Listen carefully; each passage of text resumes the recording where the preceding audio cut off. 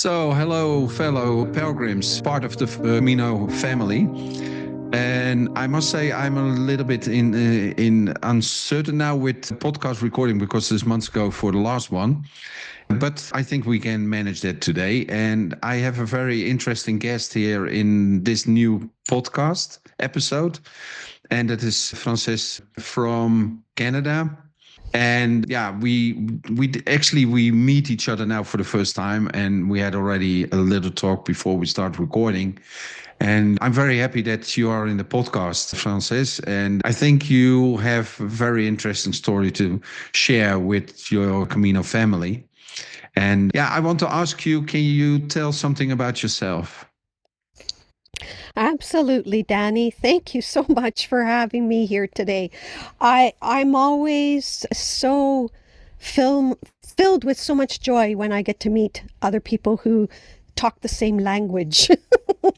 And I'm not talking English or anything, but just understanding. There's such a deep understanding of what it means to deeply connect.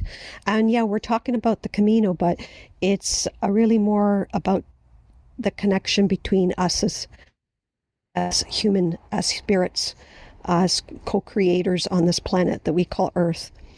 My name is Frances Angelina. Some of you may know me as Francesca, but I go by both names. And I'm from Ontario, Canada. I'm currently actually living as a nomad, as a part-time pilgrim here, even in Canada. And although I'm not necessarily walking from place to place, I don't have a physical location that I call home. So this has been sort of the extension of my Camino. And the decision to have started the Camino was like in the middle of, or the beginning of 2020, in the middle of our global pandemic. And I was sitting on the floor in my little apartment at the time and meditating. And all of a sudden, I was just watching old film of The Way. And Oh, yeah. I had watched it before, but I watched it again. And then something said, this is what you will be doing when you turn 60 in 2025. And so the plans were set in motion at that time that in May of 2025, I would be leaving my job, leaving my apartment, packing everything up, and go walk the Camino. And so that's what I did. And so my Camino started long ago, just doing some inner work for myself and some healing for myself. And then the Camino was sort of the time when I could actually celebrate and continue to meditate and continue to do some reflection and all of that. So it's been quite the journey. I walked in May 2025, and it took me 55 days to walk the Camino. It was nice and slow. Some people might say, wow, that's a really long time. And it was a long time, but I spent a few extra days in Europe, or I should say weeks, because I took the total 90 days that I was able to stay outside of Canada without a visa, and really took the time to just enjoy everything that was coming along my way. So I am so grateful for that opportunity that now it's a matter of saying, when am I going back? You already know? I already know that I had a sense that my work here in Canada was somewhat finished. It's limited to a certain degree. And so I had a sense even before arriving in Europe, which was my very first time being in Europe, and my very first Camino, and my very first time walking or traveling solo. So I knew that there was something else, but I just didn't know what. And so coming back to Canada now, I know that my time here is limited. I just don't know the time frame until it happens. Yeah. Yeah. It's really interesting because You talk about the movie The Way. And I was living in 2010 in Germany. And there was a Spanish man also living in Germany. He was with a German wife like me. And he told me, yeah, I start to walk the Jakobsweg, the German word for the Camino. Yep. And I said, oh, what is that? He said, yeah, then you walk to Santiago. And I said, oh, that's 2,500 kilometers. I thought he's a total nutcase. So I thought that and then I had that opinion for more than a year. And then I saw the movie The Way, and I was stung like a wasp. I needed to walk. And then everything started. And now I'm sitting here in Spain doing an interview with you. I always warn people, are you sure that you want to go to the Camino because you're hooked and it will change your life, But yeah. It will change your life. And experience. yeah. And so for me, it's been a healing journey physically, but also spiritually, like the whole package, body, soul, and spirit. And I wasn't sure that I was going to be able to walk those 800 kilometers. People say, well, why don't you do just a shorter? And it's like, no, I need to go and start in Saint Jean Pied de Port, because I don't know it. I just know that that's where I need to start. And so that happened, and I thought, so my physical training started, back in 2020, just walking a little bit every day. And when your entire body, your physical body does a full shutdown, it takes a while for you to create that energy and that, stamina and the strength to withstand. Because there was a time in my life, almost, I think 15 years ago, where I literally couldn't get out of bed. And so there's moments where you really have to say, no, I'm going to do this. And you just do. You have that inner strength, and you have faith. You have faith that it's all going to come out for your good. So. And what is what you want to share with your Camino family? Sorry, I didn't catch the first part, Danny. What do I? Okay. So what is what you want to share with your Camino family? What I want to share with my Camino family is that always be present to whatever's around you. You don't need to control everything, that you really are just here to be the human spirit in body form, and to trust, trust that really there's that saying, the Camino will provide. For some people, they will say, well, God will provide, or the universe will provide. There's a source. There's something much bigger than all that we can see with the naked eye. But to trust that there's a force, there's a divine force that is filtering and flowing in and through your entire flesh. And you don't need to really understand it with words. You need to just know it within your being. And are there any moments on the Camino where you became aware, so events where you are pointed in that direction and that you became aware, oh, this is really how it works? Yeah, there were many moments. Probably Can you share one first or two? moment. The very first moment was trusting that, I arrived in Roncesvalles. I had no reservation and no bed, and had to walk a little further. And after walking already 10 hours from Orason, because we faced all of the elements on the mountain, from rain to sleet to hail to everything, that it took us a long time to cross and get into Roncesvalles. And arriving there knowing there was no bed anywhere, I then went on to the next little village, and there was no bed there either.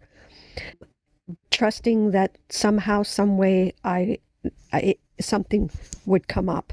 And lo and behold, I had several trail angels that managed to get me to Zubiri on day 2, So, and ended up having a forced rest day there on day 3, which would be a year ago today. So a year okay. ago today, on May the 11th of 2025, I Oh, landed that's in Zubiri. yeah. So but okay, you say that trusting, that I call it, that is being taken care of.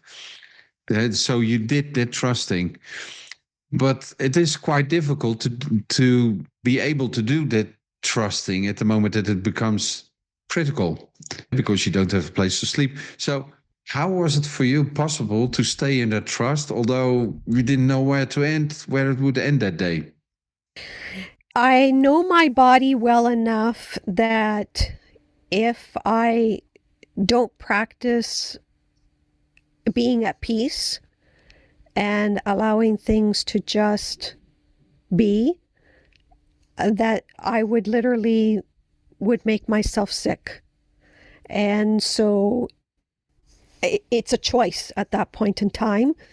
Do I frenetically go out of control within myself and say, okay, I've got to figure this out and da da da and start freaking out? Or do I just, no, I'm just going to close my eyes. I'm going to put my hand on my heart. I'm going to take a deep breath. And I'm just going to, perhaps even just call out and a silent prayer, or even just saying, calling on angels or the universe or whatever, just to say, I'm here, I'm here, and the situation. So either I need, I just need to surrender to all of that and just say, yeah, as you say, I'm going to be taken care of. And even if I didn't even get to Zubiri, even if I had to sleep on a bench or under a tree that night, I was okay with that. I was okay with that. So sometimes, yeah, things don't necessarily work out the way, or it doesn't, they don't get taken care of per se by the way that you would want them to. But I was okay with needing to be in nature or whatever. And being at peace within my physical body is ultimately the most important thing for me. Because when that's not happening, then things spiral out of control. I want to poke a little bit deeper, if you don't mind, because you described the process, what you're doing, but I can imagine that there must be one moment in your life where you notice that if you do it in this way, that something is taking care of you. And so, for instance, like when I walked last year, I after the Iron Cross, you have that very steep decline, and I ruined my knee, and I could not continue anymore. And I thought, okay, my Camino is done; it's over. And I was sitting there all the way down in the valley in the town, and out of nowhere, a Chinese lady, a Hong Kong Chinese lady came, and she used some old 2000-year-old medical intervention on my knee, and within a half hour I could walk without pain. I walked before with pain, but then without pain. And the thing is that it took me a long time in my life to be able to rest in the space of I'm being taken care of, because that was also at that moment there. But if you asked me that 15 years ago, then I would go bananas.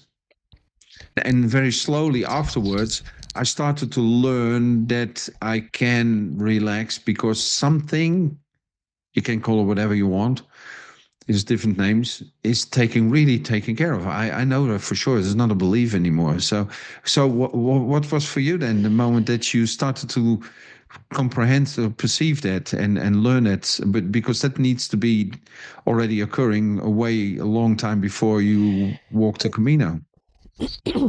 That probably would have been when I was a small little girl, a young girl.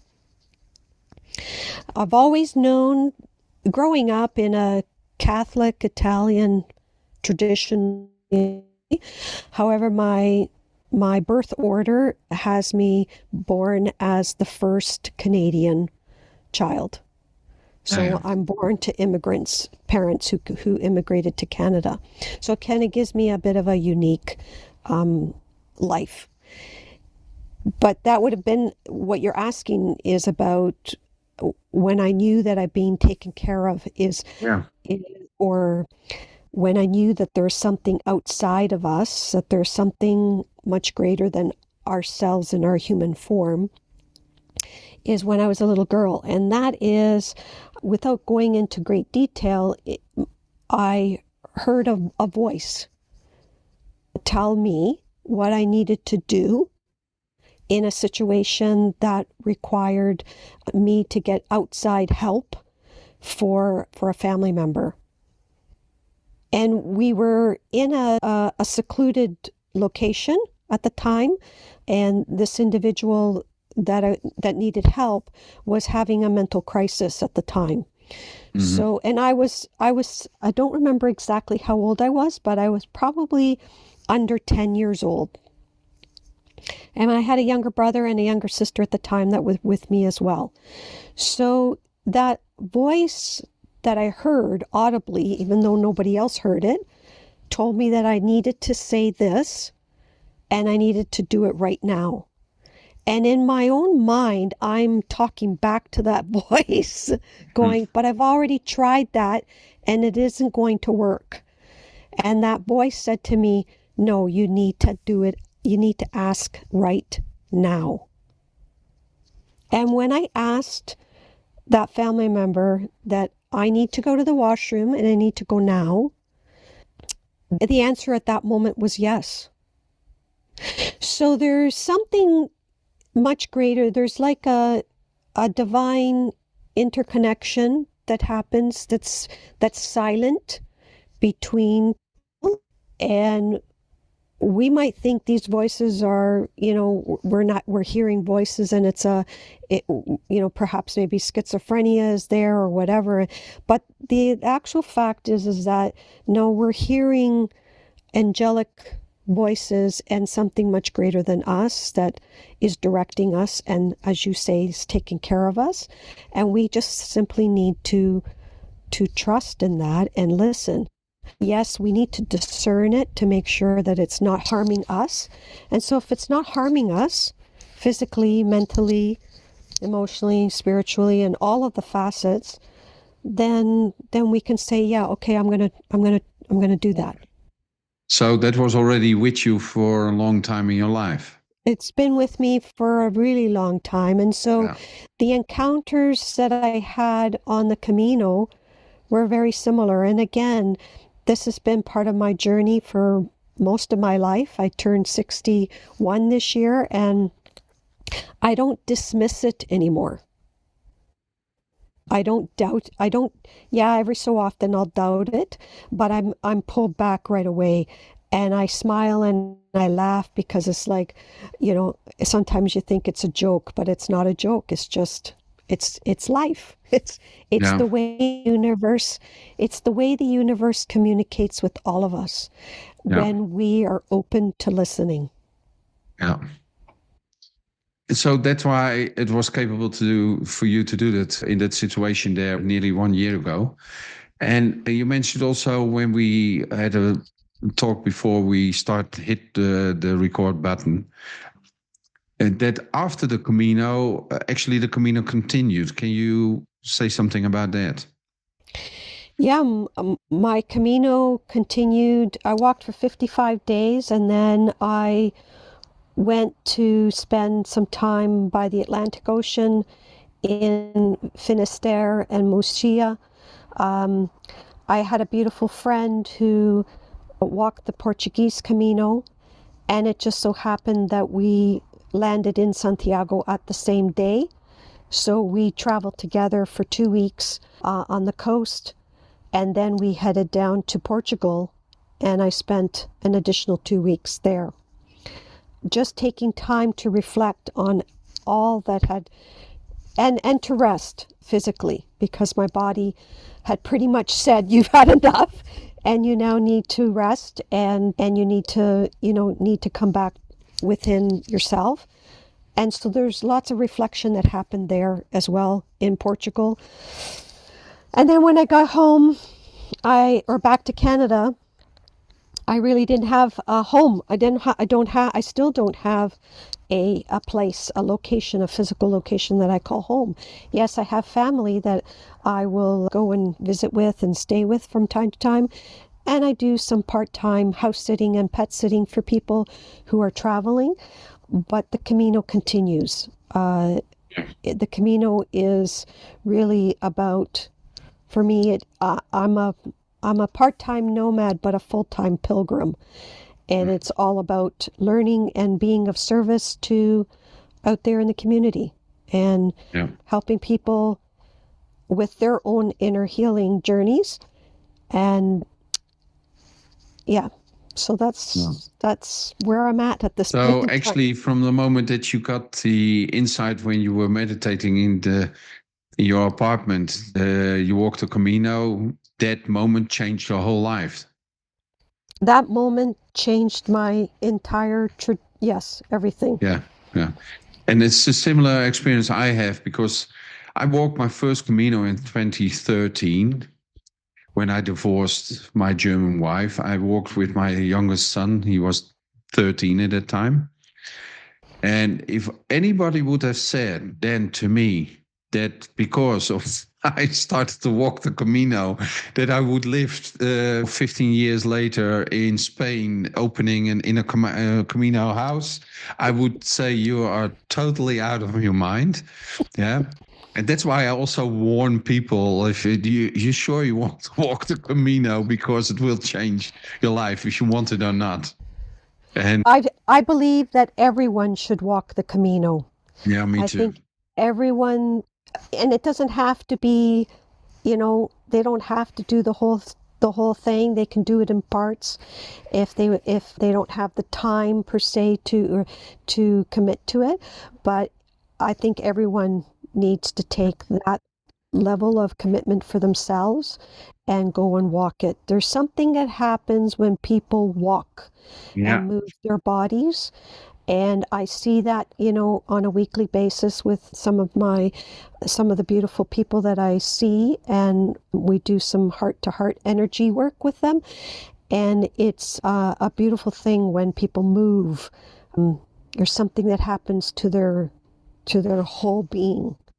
That is just And the interesting thing is also, last year we were still living in Sweden, and in the beginning of, I think it was April, February, March, in that area that I made the decision to walk from St. Jean and do the 800 kilometers. And so many people, friends, Swedish friends, they said to me, why do you walk in Spain? We have so many nice hiking trails there. But then I looked at them and I said, I'm not hiking. I go on a pilgrimage. And they look back at me with big eyes like car wheels. And you saw that they really didn't understand what is the difference. I said, it is really a difference. I do a pilgrimage, and the way and the pilgrimage itself, the tool is the walking, the hiking. And another thing what I also experienced, because in 2013, I only could take 2 weeks off, 10 days. So I walked from Osobreiro, 160 kilometers with my son. And I walked in 2014, 130 kilometers with Carola. Then we married and we did a honeymoon walk, the Camino. And in 2018, I did the same with my daughter from Osobreiro. And what I experienced in retrospective is that I have had Camino Provide moments, magical moments, insane encounters with locals and pilgrims. But when I walked last year all the way from Saint Jean, especially after Logroño till Lyon, that boring part where there is nothing else than yourself on the road, and it hits you every day with something from your past, insights or whatever. And that was a totally different dynamic. And I have a strong feeling that that happens when you walk for a longer period of time and also start to walk in Yes. the morning alone. Because the thing is that I just mentioned it also, I call it EMDR and steroids, because in the morning, then some pain or anger or what you inflict on another person comes up and you're busy with it for the whole time. And then you hit after 2 hours the first cafeteria and you take a coffee and then book a deal or whatever, and you continue walking, and then suddenly the whole emotion is gone. The memory on the event is still there, but the emotion is disconnected from the event. And that's actually what the EMDR is also doing. And that part I didn't encounter in the shorter Caminos, but it fueled me to go to the long Camino where I really experienced these things. Having said that, that doesn't mean that if you walk on short Camino, you don't have these moments. I don't know. Yeah. So I only express what I experienced, and that is I not think, the absolute yeah, truth. I think the land itself, because the land is so ancient, that when you are walking it, there is an energetic imprint that has been left in the soil Yeah. by the many other pilgrims that have Yeah. walked from centuries ago. And so because we are, yes, we are human, we are spirits, we are energetic beings, we pick up on those things whether we want to believe them or not. Our body is like a sponge. And so if it was a short Camino, let's say of 2 weeks, regardless of where, I think people would still sense that if they're Yeah. open Yeah. to it. If Yeah. they're not open to it, if they're going simply for a hiking experience, they might have an encounter, but they may dismiss it. And this is the part that I really try to impart on people, even day to day here at home in Canada, is stop dismissing it. Yeah. Yeah. Listen. Take the moment to listen. What is it showing you? What's it revealing to you? What is it trying to maybe teach you? And or don't brush it away or fluff it off, because there's something there that's trying to get your attention. Exactly. Yeah, in daily life, I say also to the fellow pilgrims here, you know what? When you're home, you're entering daily life. When you walk the Camino with the pilgrims who are much more in non-judgment, then you are in normal life. Mhm. And the thing is that there is so much excitement around you and in you, caused by the outside world, that it's just not easy to experience that inner voice. And that's the reason why I thought this podcast could be of help for the Yeah. pilgrims, and also to ease the pain of PCS, the post Camino syndrome. Yeah. Yeah, so that it is not Camino blues anymore, but it is really starting to hurt you, and then it becomes PCS. Yeah, and yeah, lindering and softening that pain, because I know from some people that they really suffering because they are not in that normal life anymore, and they have a really hard time dealing with daily life because there is a door opened which they cannot close anymore, and they are still, yeah, in a situation where they think they cannot change it, and they have a lot of arguments why they cannot change it.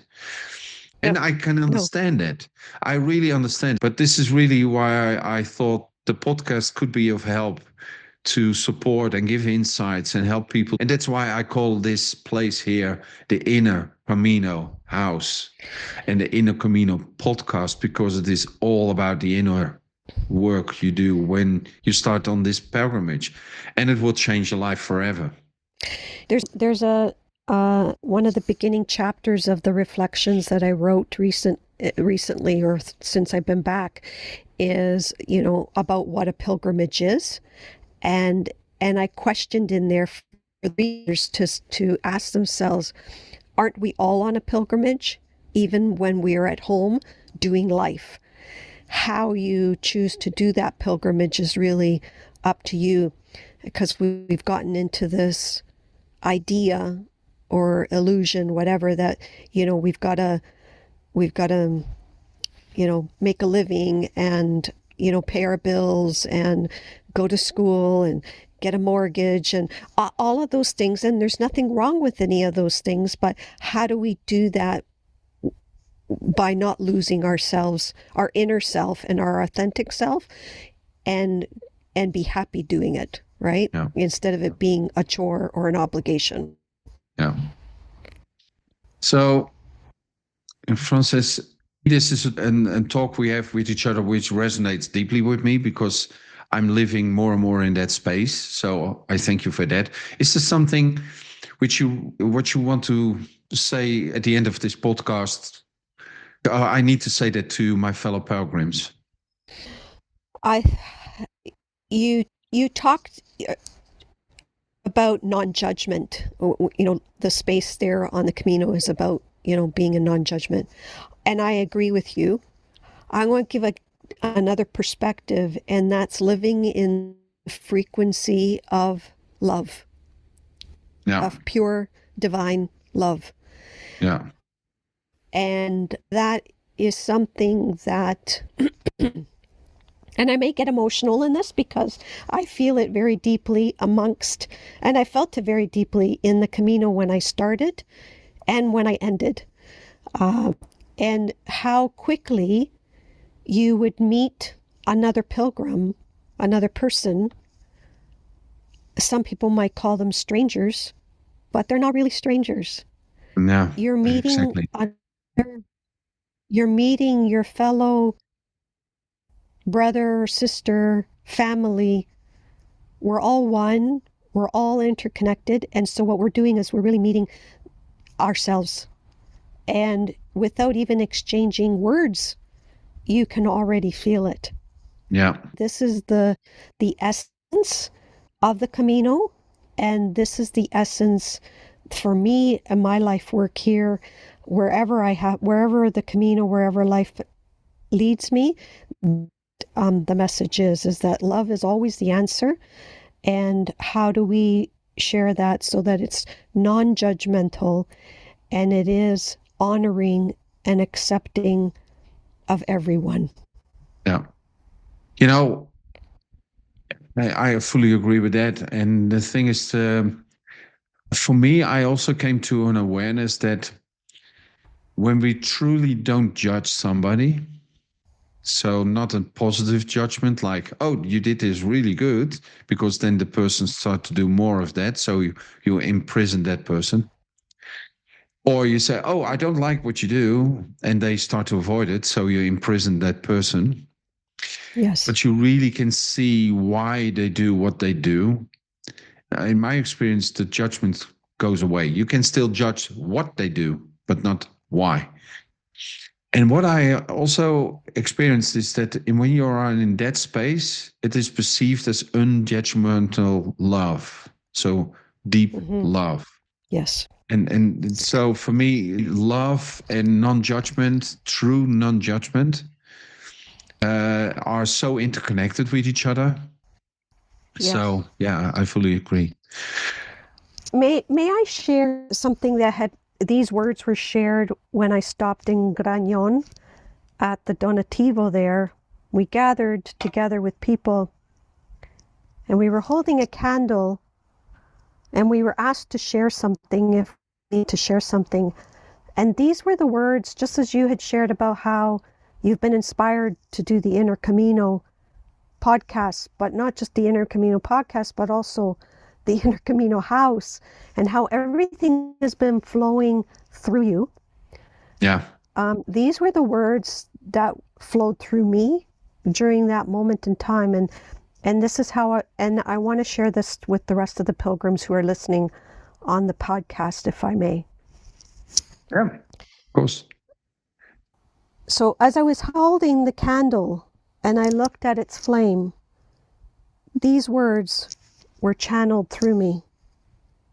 May peace and love of this divine light multiply within each heart that is sharing this space tonight. and may it guide your steps and illuminate the path for those that you cross it with. Yeah.